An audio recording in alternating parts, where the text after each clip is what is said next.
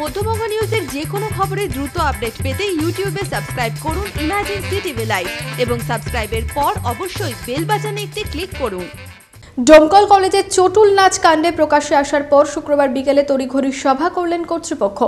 এই সভা থেকে সিদ্ধান্ত গ্রহণ করা হয় দুজন অধ্যাপক 7 দিনের মধ্যে তদন্ত করবেন, তদন্ত রিপোর্ট জমা দেবেন এবং আপাতত এই ধরনের অনুষ্ঠান বন্ধ থাকবে।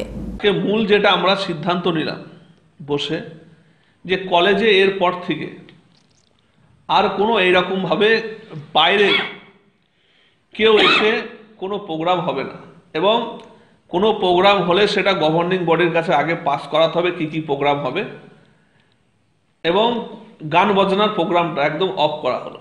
এবং এই প্রোগ্রামটা কেন হয়েছে, কি কারণে হয়েছে, যেহেতু স্টুডেন্ট কমিটি আমাদের নেই, ভোট হয়নি বলে, তাই